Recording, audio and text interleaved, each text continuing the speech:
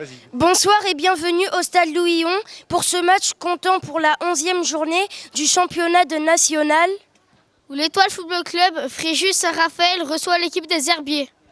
Gagner pour se rassurer et pour sortir de la zone de relégation. Voilà l'objectif des étoilistes ce soir. Face à des Vendéens qui, avec 7 matchs nuls sur 10 matchs joués, seront forcément difficiles à manier sur le terrain des Varois. Question, les étoilistes qui n'ont plus gagné en championnat depuis plus de 2 mois ont-ils renoué avec la victoire? Telle est la question, Sébastien. Allez l'Étoile! Oui, et cette question, eh bien, elle taraude un petit peu l'esprit de Jean-Marc Pilorget et de ses joueurs qui n'ont pas connu la victoire depuis le 21 août 2015.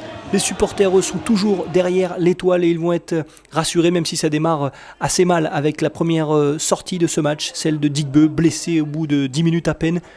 Mais les étoilistes vont relever la tête très vite avec justement ce coup de tête.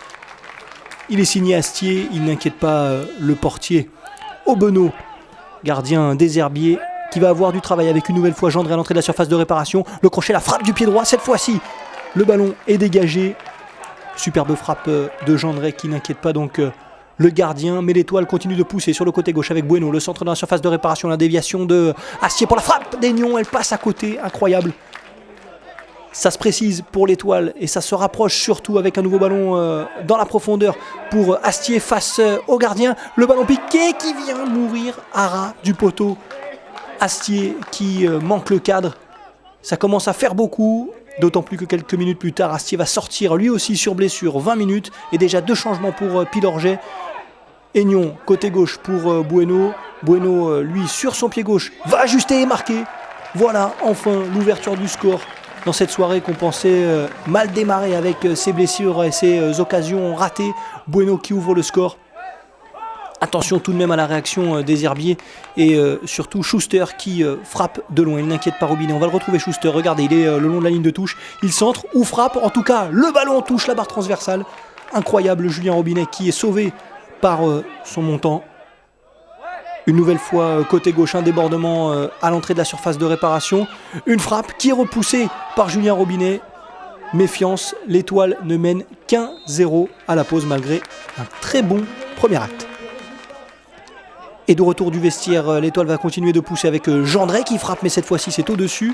On se dit alors que les étoilistes vont dérouler et continuer d'exercer cette pression. Mais attention aux Herbiers et à cette parade exceptionnelle signée Julien Robinet.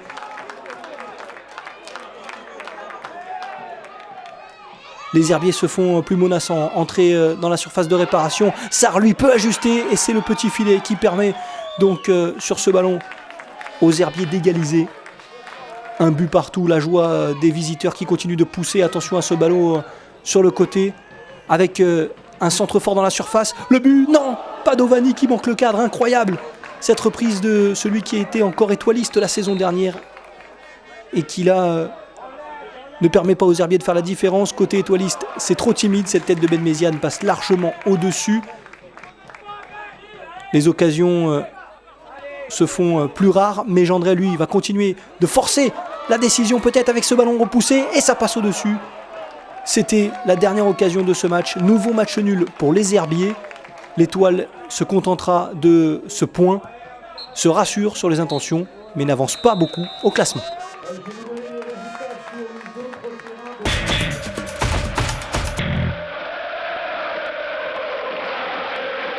Alors Jean-Marc, un bon match de votre équipe qu'on a retrouvé solidaire ce soir, mais malgré tout, un match nul au final. Oui, c'est vrai que la finalité, on retient souvent que le résultat, mais après, moi, je retiens aussi ce qui s'est passé sur le terrain. Sur notre première mi-temps qui a été de qualité, j'ai retrouvé véritablement ce que je cherchais, à savoir une équipe qui lâche pas le truc, qui essaie de jouer au football, qui a essayé de mettre l'équipe adverse en difficulté, chose qu'on a plutôt bien fait. C'est vrai que la deuxième mi-temps a été légèrement inversée, où les Herbiers, pour moi, ont fait véritablement une bonne deuxième mi-temps. On a beaucoup subi dans cette deuxième période, voilà, et puis à un moment donné, on a lâché.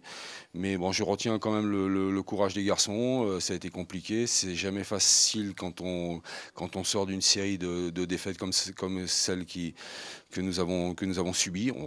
On n'a pas perdu ce soir. On ne peut pas s'en satisfaire, c'est évident. Mais moi, je vois plein de choses très encourageantes pour la suite de notre championnat. Et puis la poisse continue un petit peu, parce que Ange Digbeu et Jordan Astier sont sortis sur blessure. Vous avez des nouvelles? Ouais, des nouvelles, oui, mais voilà, c'est quand les choses sont difficiles, elles sont difficiles jusqu'au bout. C'est vrai, au bout de 20 minutes, c'est obligé de faire 2 changements sur 2 blessures, donc c'est vrai que ça complique quand même pas mal les choses. Mais voilà, il faut faire avec, il faut continuer. Je crois que cette semaine, les gars ont bien bossé. On va encore travailler la semaine prochaine pour préparer notre match à Sedan. Voilà, en toute sérénité, parce qu'il faut rester serein et lucide dans des moments comme ça. Nous sommes avec Franck Risetto, entraîneur des Herbiers. Alors Franck, vous êtes champion du monde des matchs nuls, le 8e en 11 matchs. Oui, c'est vrai qu'on poursuit une sacrée série, ça nous fait avancer, mais trop doucement, mais on avance malgré tout. Voilà, après, c'est vrai qu'on concède tout le temps les premiers buts, on est tout le temps dans la réaction, certes, on revient. Voilà, je préférerais qu'on marque et je pense qu'on aurait plus de chances de gagner si on marquait les premiers. Et puis alors, quelle différence par rapport au CFA cette année nationale? Vous êtes content de votre début de championnat? Oui, pour un promu, c'est déjà pas mal, une seule défaite, mais bon, on n'a que seulement aussi deux victoires, donc voilà, c'est intéressant, mais on doit faire mieux à l'image du match de ce soir, qui est à l'image de certains autres matchs ces derniers temps, c'est qu'on n'arrive pas à imposer un rythme sur 90 minutes, donc c'est vrai qu'on apprend le niveau, puisqu'on est novice un petit peu dans ce championnat de national, mais je pense qu'on est capable de faire bonne figure, mais en jouant des matchs sur 90 minutes et non 45 minutes. Alors Damien, oui, votre analyse sur ce match, un match nul qui laisse des regrets? Oui, au vu de la physionomie du match, c'est sûr qu'on a beaucoup de regrets. Maintenant, on a fait une bonne première mi-temps, je pense, avec pas mal de contenu, de maîtrise. Et puis malheureusement, on recule un petit peu inconsciemment, je pense, en deuxième mi-temps, et ça nous est fatal. Après, je pense qu'on reprend de nouveau un petit peu de maîtrise sur la fin de match. Malheureusement, ça n'a pas suffi.